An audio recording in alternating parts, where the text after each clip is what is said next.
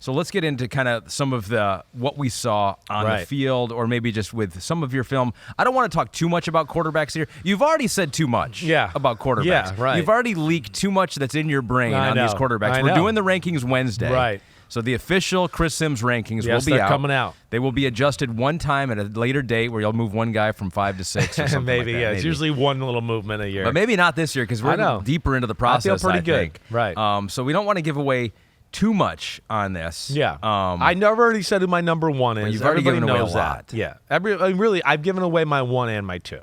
There's no way. That's not changing. There's nothing. I've seen enough to know it's Caleb Williams and then it's Jaden Daniels. And then we can. That's going to be the fun part on Wednesday, is doing the next 3 to 4 guys. I think a lot of people would hear Jaden Daniels if they were not watching you during the combine and be surprised by that. But as I said, we've already gotten into. I don't want to get into too much. Okay. Let's save this for Wednesday. Okay. Good. Can we save most of this for Wednesday? Let's just get to the we have a question questions and we'll hit it. Shy City 4L. Chris, what are your thoughts on competitive arrogance? Caleb gets flack for being cocky, but I think he has competitive arrogance. He thinks he's the guy and will do anything to prove it. Don't all elite quarterbacks have it? Isn't it different from narcissism a la Johnny Manziel? Yes, so this is bordering on what we just talked about. But the difference between the confidence and the cockiness and the arrogance. Confidence in yourself. And that way is still, hey, I'm awesome, but I'm willing to work and do all that and be it. Cockiness is the guy who's like, if it's too much, I don't even need to work. I'm the man, right? And it's like, no, you don't. There's like 4 guys in the history of football that didn't need to work and got away with it. Relax. Like, you're not Lawrence Taylor, right? It's like that kind of guy, right? And those are few and far between. So, no, I totally agree with this, right? It's not cocky.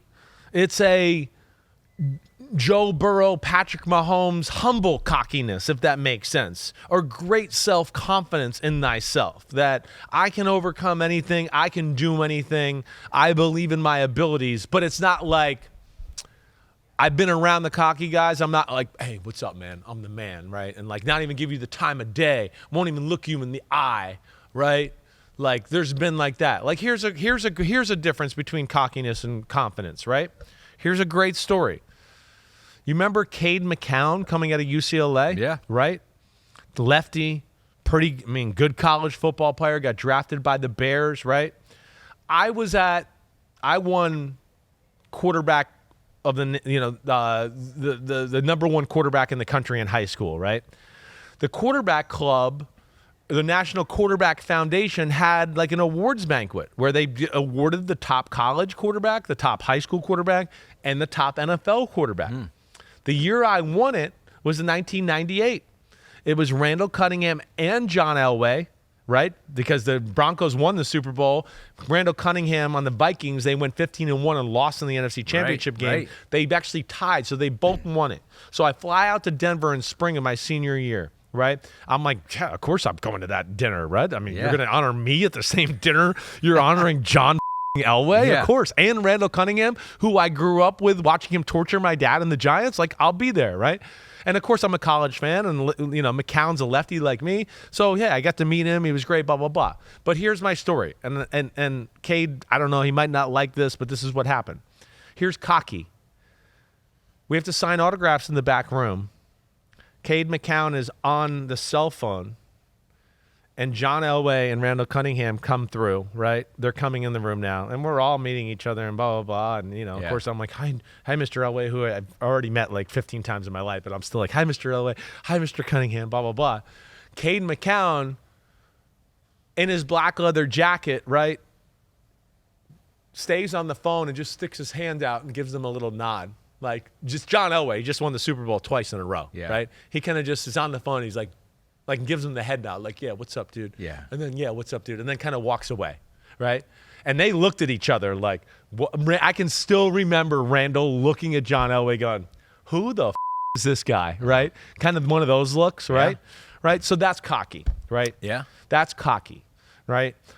Mahomes, Burrow, Josh Allen, right? John Elway, Dan Marino.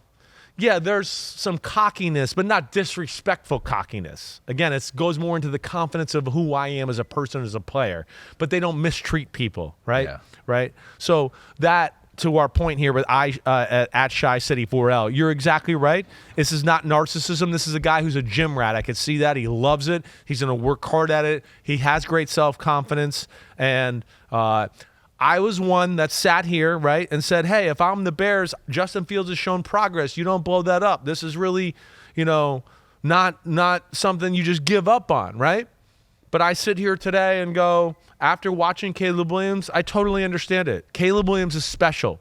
The Bears are taking him at number 1, right? Ryan Poles came from Kansas City.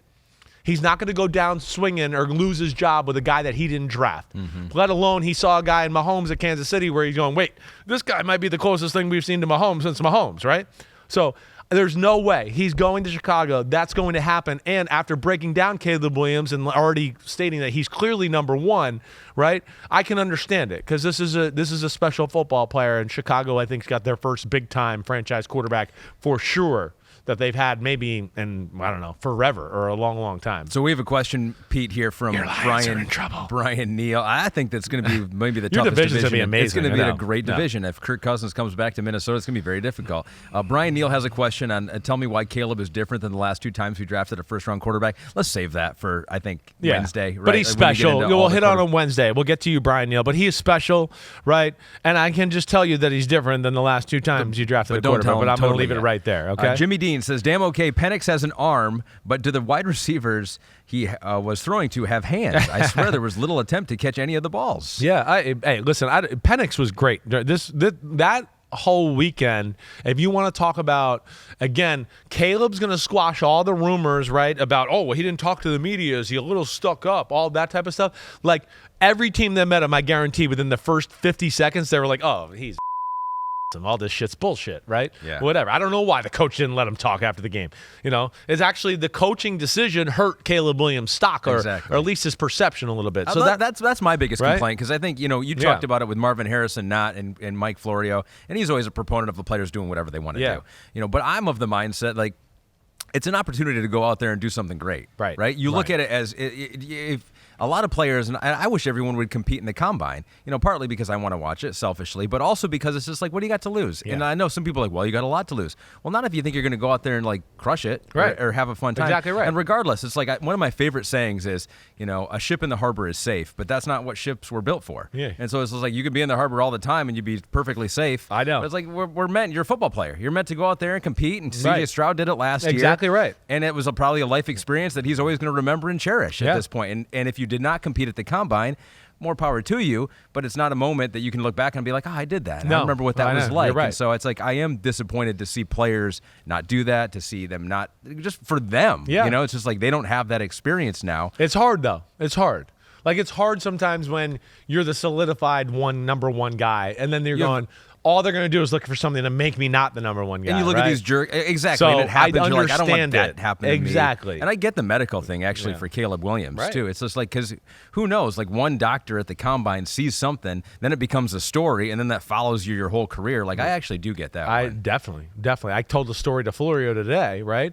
There was a question about my dad, and he had a winged scapula, right?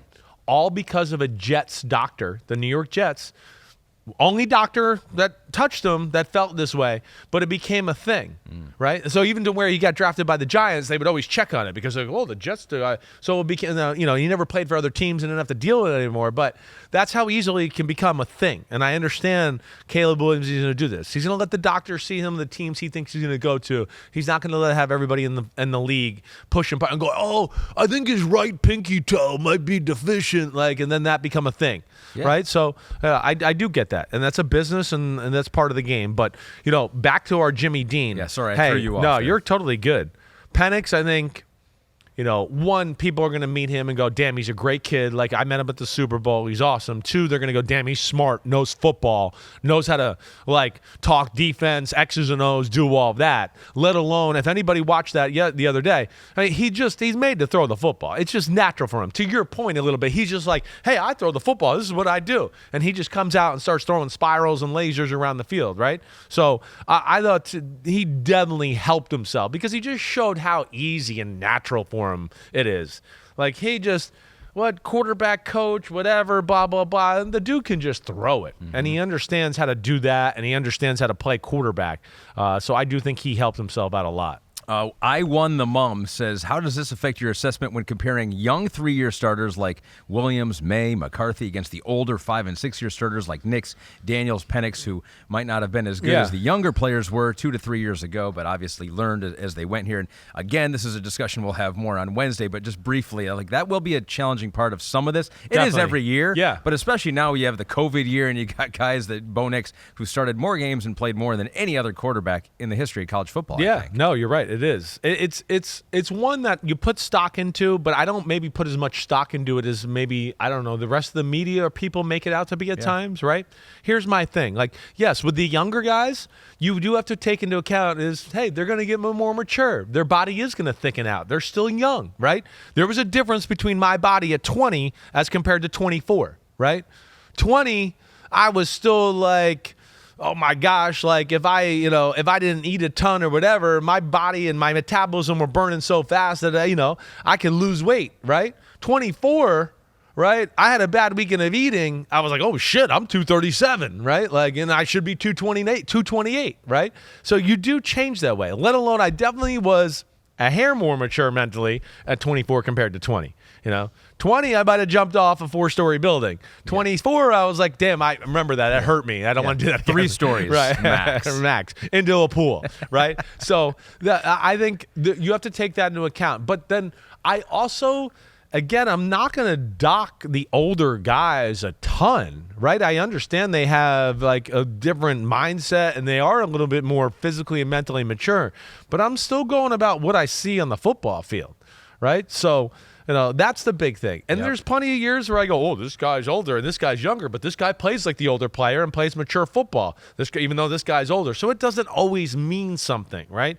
McCarthy's young. McCarthy plays a very mature brand of football and what he learned up in Michigan under Harbaugh and the way he played. And like I was telling you before the show, it's not always easy to play quarterback the way McCarthy played. Run the ball, run the ball, run the ball, run the ball. Hey, it's 3rd and 12. Can you throw a strike for us now? Oh, yeah, no problem, coach. Thanks for not letting me throw a ball the last half hour, but I'll throw a strike here in a big moment. No problem, right? That's not always easy. So, there definitely is a little bit of balancing. It goes into the thought process, but it's not going to be like, well, this guy's film was the second best, but I'm going to knock him down and make him number 4 because he's 3 years older. No, I'm not doing that. Right. That's not what I do. Yeah. The idea is that the 22-year-old maybe with 3 more years of training has could some get more there. stuff. That hard to say though, right? Because in the NFL, it's like Tom Brady grew as a quarterback his entire career, right? I mean, like he became a different quarterback in his 30s than he was in his 20s, and we're all talking about a 4-year rental, anyways, unless they prove themselves to be worthy of renting for more, right?